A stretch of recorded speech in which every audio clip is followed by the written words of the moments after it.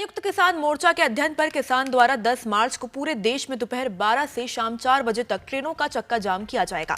इससे पहले 6 मार्च को पंजाब हरियाणा को छोड़कर पूरे देश के बाकी सभी राज्यों के किसान दिल्ली कूच करेंगे। किसान की ओर से ये जो प्लान है, रविवार को गांव बल्लू के खिनारी बॉर्डर पर मारे गए युवक किसान शुभकरण सिंह के अंतिम अरदास के मौके पर किया गया।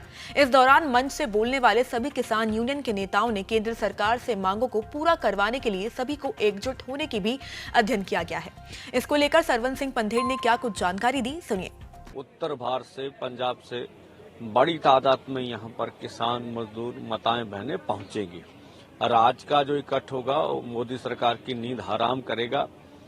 जिस तरह से केंद्र सरकार ने हमें दिल्ली, जो हमारी देश की राजधानी है, उनमें किसान मजदूर को ना जाने का जो फरमान दिया है, जिस तरह से दिल्ली को चारों ओर से बैरिकेटिंग की गई है और जिस तरह से पंजाब हरियाणा की सरहद है, जिस तरह से उसे सील किया गया, ऐसा लगता है पंजाब हरियाणा की हद ना होकर जैसे चीन और हिंदुस्तान का बॉर्डर हो, ऐसे पाकिस्तान और हिंदुस्तान का बॉर्डर हो।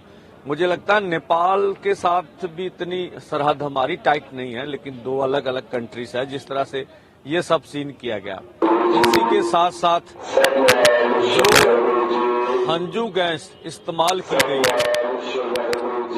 उसके लिए जो हजारों किसान मजदूर हैं, उनको सांस लेने में तकलीफ आ रही है, आंखों की समस्याएं बढ़ रही हैं, ये हो रहा है।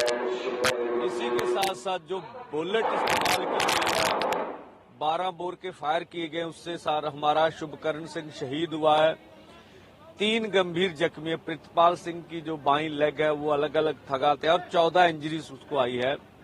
इस तरह से एक जुआ की बाजू से जो फायर आर पार हो गया, एक जुआ की आंख चली गई है।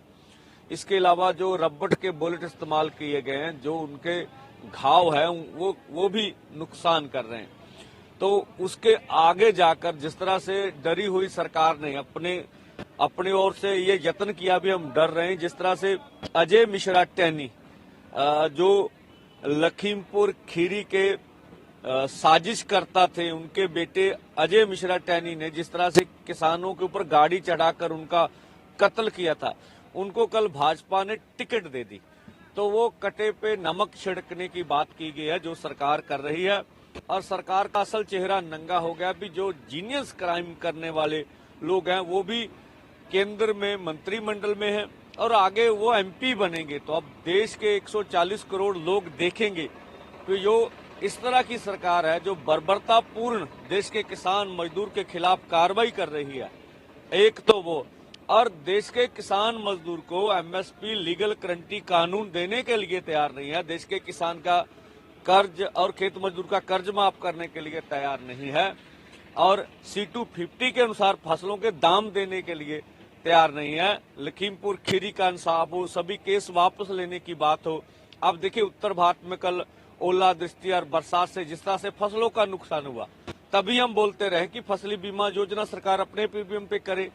ये भी मांग रही WTO से भारत की खेती सेक्टर को बाहर निकल आना चाहिए। बिजली एक्ट 2023 जो उन्होंने बना रखा उसको वापस करवाने का सवाल है। तो इन मांगों के ऊपर जो आंदोलन चल रहा, केंद्र कहे तो रहा हम बैठ के मसले का हल करेंगे, लेकिन पर्दे के पीछे जो साजिशें की जा रही है, जो नीयत और नीयत में खोटी है, कल अजय मिश्रा टैनी जी को टिकट देने से ऊपर साफ हो गए।